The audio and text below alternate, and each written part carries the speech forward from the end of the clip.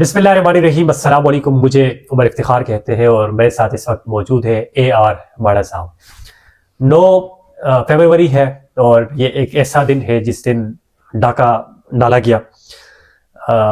मैं खुद उस वक्त रिपोर्ट कर रहा था, फील्ड में था। मैं ज़्यादा बात नहीं करूँगा, मैं शहर इक़्तिदार इस्लामाबाद की बात करूँगा। हर एक हल्के को खुद रिपोर्ट किया, लोगों से पूछा। इवन दो कि मुस्लिम लीग नून का कैंप होता या PMNL PPP का कैंप होता, तो वहाँ पर भी लोग यही कहते कि पर्ची इनकी है लेकिन वोट इमरान खान का है।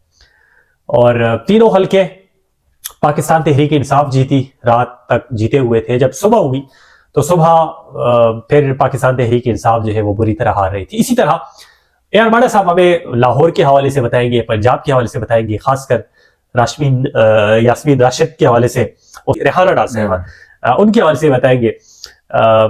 नवाज शरीफ की अता साहब, मरीम नवाज शरीफ जो है उनके हवाले से थोड़ा सा बताएं कि वहां पर क्या।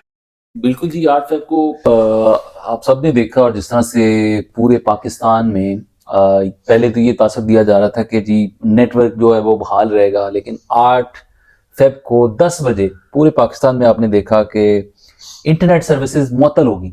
एकदम अचानक जो है ना वो राबते की जो एक तरीकाकार था, आप एक तो होता ना मोबाइल चल रहा है वो भी बंद, इंटरनेट भी बंद, मोबाइल सर्विस भी बंद, सब कुछ बंद, राबता नहीं हो पा रहा था। तो सिर्फ वाईफाई जो थे, जो आप घरों पे जो लोगों ने लगाए होते हैं, वहां जा जाकर हमने रिजल्ट्स वो मीडिया तक जो है ना अपने ऑफिस भेजे। तो बात ये कि ये कदम तब उठाया जाता है जब कुछ चीजें आपने पीछे करनी होती हैं, और वो चीजें हमने रिपोर्ट होती भी देखी। हमने पोलिंग बूथ पे जाके विजिट किया, वहां पर रात के अंधेरे में क्या कुछ होता रहा, और फिर आपने RO ऑफिस के बाहर आपने देखा कि इतनी बड़ी नफरी, और जो कैंडिडेट्स थे उनको अंदर जाने की परमिशन नहीं दी गई। बिल्कुल ऐसे ही तो, और इसके साथ साथ चूंकि ये वक्त बिल्कुल अभी तक ऐसा ही याद है कि जिस तरह अभी हो रहा हो। इलेक्शन कमीशन का बयान भी आया कि टीवी स्क्रीन पर जो भी रिजल्ट चल रहे हैं वो ठीक नहीं है, वो दुरुस्त नहीं है, और रिजल्ट जो है वो भी इलेक्शन कमीशन ही देगी दुरुस्त रिजल्ट। जबकि सहाफी आजाद जो है वो फील्ड में थे, वो पोलिंग स्टेशन के साथ राब्ते में थे। इवन दो के नुमाइंदे खुद कह रहे थे कि फॉर्म 45 ये है, इसके मुताबिक ये जीते हैं, ये हारे हैं, हमारे इतने पोलिंग स्टेशन हैं, इतने वोट हम लोगों ने हासिल किए हैं, उनको भी रिजेक्ट किए।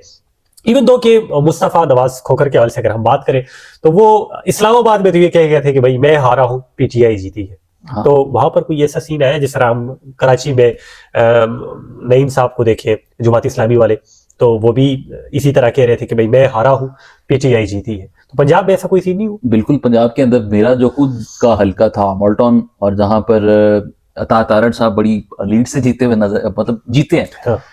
मैं जब अपना वोट कास्ट करने गया हूँ, वहां पर मेरे टीचर पोलिंग एजेंट थे, प्रिजाइडिंग ऑफिसर थे, वो मैंने जब उनसे कहा कि क्या सूरत हाल चल रही है, तो उन्होंने कहा कि जो आप देख रहे हैं वही है। बताने का मतलब ये था कि जो आप एक इंटरेस्टिंग चीज भी बता दें ओन चौधरी के हवाले से। ओन चौधरी का तो वो पता ही उस तरह का साफ था, तो वो जैसे जीता सबको पता है कि भाई जहांगीर तरीन भी उससे पूछ रहा था कि भाई ओन चौधरी बता तू कैसे जीता। हाँ, बता तू कैसे जीता, तो वो सबको ही पता है कि कैसे वो जीता। और फिर वो एक होता है ना मोरालिटी। बिल्कुल।